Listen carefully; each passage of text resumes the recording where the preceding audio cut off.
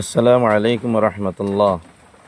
সম্মানিত দর্শক, আমি আবু সুফিয়ান আল মাদানী। কি বলবো, আসলে দুঃখের কথা। গত একটা রাত ঘুমাইতে পারিনি। কেমন জানি একটা আতঙ্ক, ভয় ভয় লাগে। একটা বন্যার ক্ষত এখনো শুকায়নি। মনে হয় যেন রাত পোহালে আরেকটা বন্যা চোখে দেখব। মনে হয় যেন এখনই পানি বুঝি আবার বেশি আসতেছে। আবারও মনে হয় মানুষের ঘর বাড়ি ডুবে যাচ্ছে। এক বন্যায় যে মানুষের ঘর বাড়ি ভাঙছে, ঘর বাড়ি উড়িয়ে নিয়ে গেছে। এখনো সেই ঘর বাড়িগুলো এখনো মানুষ ঠিক করতে পারেনি।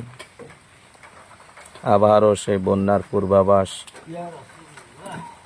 আসলে আমরা মনের দিক থেকে খুবই অসহায়। শুনেছি ফেনীর দিকে অনেক বেশি পানি হয়ে গেছে। আমাদের নোয়াখালীর কোম্পানিগঞ্জ বসুরহাট এলাকায়ও পানি চলে আসছে।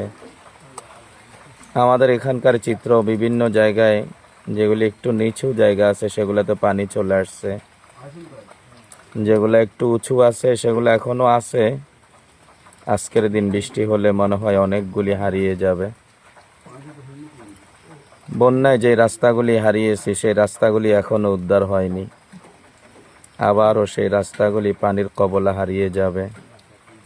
ভাবতেই খুব কষ্ট লাগে।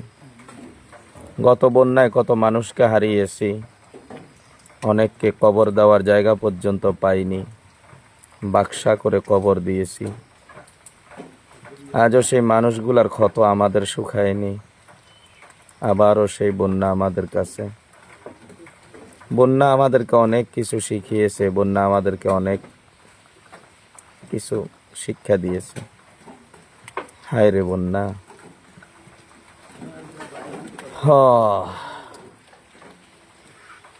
সবার কাছে দোয়া চাই, আল্লাহ তাআলা যেন আমাদেরকে হেফাজত করেন। বিদ্যুৎ নাই, পুরাটা রাত ঘোর অন্ধকারের ভিতরে কাটিয়েছি।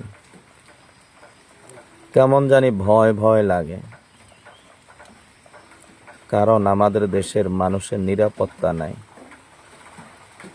আপনার ঘরের ভিতরে আপনাকেই মেরে লাশ করে থুয়ে চলে যায়। এখনো তো লাশের গন্ধ নাকে ভাসতেছে। এই তো কোরবানির ঈদের আগের দিন আমাদের এলাকায়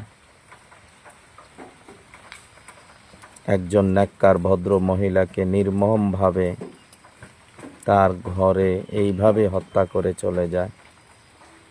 যদিও সে আসামিগুলি ধরা পড়েছে,